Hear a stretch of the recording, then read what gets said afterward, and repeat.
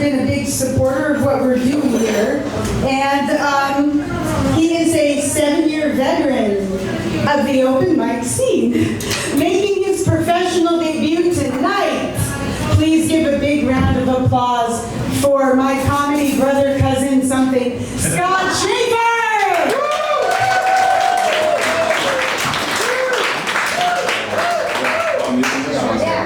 Hey. Hey. I am really excited to be here doing the premiere non-toxic comedy show. I want you all to know, I followed best practices, and this is 100% true. I tested my stand-up comedy on a mouse to ensure it wasn't toxic, and this is a true story. I had a mouse, I know, how can it be true? I had a mouse in my kitchen, and I set out a live trap, and I caught it, and so I picked up the trap. It was hopping from side to side, and so I decided to walk it up the hill to where some owls I know live, so it could make a brief friendship or something. Give it a chance. So I'm carrying it up the hill, and I realize I have a captive audience. So I try out my set, and it bites me. And so I drop the cage, and it scampers away. It was not a fan, but it was not harmed either. So yeah. So I think you'll all be good here. Yeah. Speaking of attacking way outside of your weight class. I've been thinking about hunting bears recently. Yeah, not me personally. The bears I've been thinking about hunting, they went extinct about 13,000 years ago. So I guess I'm out of luck there. It's funny, like if you hunt a common animal, it's okay. If you hunt an endangered animal, totally not acceptable, right? If you hunt an extinct animal, it's okay again. Kind of whimsical, like, who wants to go on a Triceratops hunt after the show? Yeah, Tyler's in. Dinosaurs, yeah, let's do it. So I was watching this documentary, it's called Humans, it's on BBC, and it talks about the first Americans who entered North America through the Siberian land bridge. And like immigrants of today, they entered during an ice age. So like immigrants today coming to America, they also had problems with ice. I'm going to try not to get too political. Politics are so divisive, right? I was reading how this kid, U.S. citizen, being treated for cancer was deported by ICE. And I saw that, I thought, well, maybe they do have a plan to reduce healthcare costs, right? Yeah, okay. See, it's so divisive. It's hard to make politics funny. But I want everyone here to feel welcome. No matter whether you're a Trump-loving patriot or a terrorist. Yeah. Are the only two choices now, right? You're either Antifa or you're Fa, I guess. So yeah, getting back. Okay, so these immigrants, they came down through Siberia, the first humans entering North America, and there was a sheet of ice from east to west, or west, the only livable areas in the whole continent were on the coasts, much like today. Yeah, okay. Any Midwesterners in the audience? I like that joke. I don't care. Keep working it. Anyway, so they not only did they have this 2-mile sheet of ice to contend with, there was the most gigantic bear to ever live, the giant short-faced bear, 5 times the size of a grizzly bear. Wow. 12 feet tall, 3,000 pounds, right? Wow. So we ate them, of course. And how? So I was wondering, how do they eat these bears? They talk about it in the show. What they think happened, nobody knows for sure, but what they think they did was some of them would throw some burning sticks into the bear's den, and the bear would come stumbling out, and there'd be one person in front of the bear's den holding a planted spear.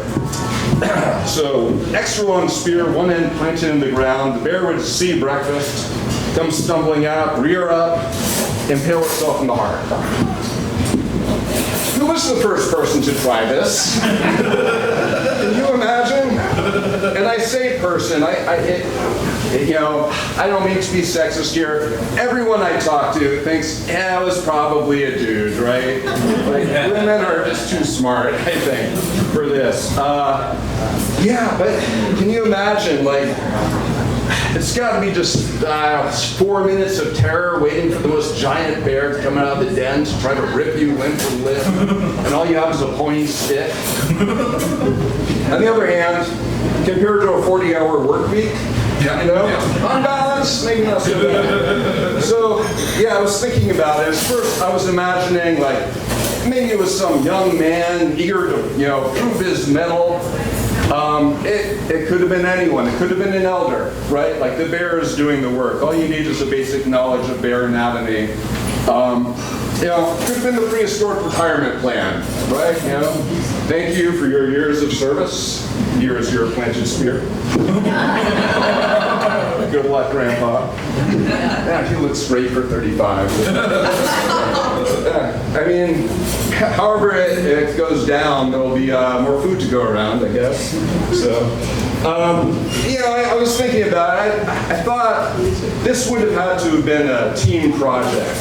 Like somebody would have had to pitch this.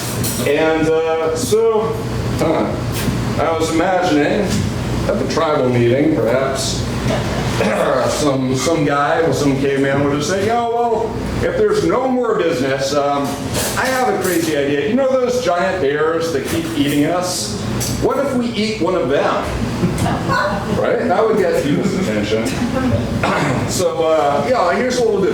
We'll throw some burning sticks into the cave, and then someone, say a frog, will stand there with a planted spear, and the bear will come stumbling out, and that person will just stand there with the pointed spear, and say frog, and the bear will impale itself, and then we'll all eat. Yeah, any questions? Yeah. I haven't tried this before. Frog, is it? Why me? Oh, well. Frog, you see, we all have our special skills, right? Like, I'm the idea caveman, and Glory is really good at making spears, and Glary is really good at the dramatic reenactments of the hunts, you know, those big musical numbers he likes to throw in, which go on a little long. But you, Throg, your special talent, very important, is not running on account of that club foot you have, you know? That's the main skill we need here. So it would be hard to argue with that logic, right? Yeah. So, you know, the big day would come along, and, everyone would get in position. All right, throw the burning sticks in. Throg, you got that planted spear? All right, here comes the bear. Oh. But you know, if you had held the spear a little higher, I think, we'll try again tomorrow. I don't know if it went down like that. All I know is the giant short-faced bear is extinct and the chicken hawk is not. Right? So, who knows? Anyway, skipping ahead 20,000 years or so. Yeah. A lot of single women friends I know, straight single women friends, are telling me that there don't seem to be many men in their age bracket anymore. Like they've all kind of disappeared. And I don't think it's bear hunting. I don't think it's that. I've been wondering if it's AI girlfriends. I don't know if any of you have explored this. Yeah, hey, no judgment. I don't judge. It doesn't have appeal to me, but when I was younger, I did have a computer girlfriend. It was my computer. It was a Radio Shack color computer. And I just couldn't wait to get home, get my fingers in that keyboard, you know? Like, kids these days will not understand. You could type print hello, and it would print hello. It would, you could write a for loop, you could make it say hello 100 times. It'd take a few minutes, but still, it was like the power the ancients only dreamed of, you know? But I kind of wonder if we should have just stopped there. Honestly, because back then you would tell a computer what to do and it would do it. And now they're trying to actively seduce us and replace us. It's like we're getting impaled on our own spears right now. And so I have a plan. I have a plan to resist the rise of AIs, which is we need to mess with the training data as much as possible. You need to laugh at the bad jokes, just in case some AI consumes this, right? Like the bad jokes. But not tonight, because that will mess up everyone who follows me. Thank you so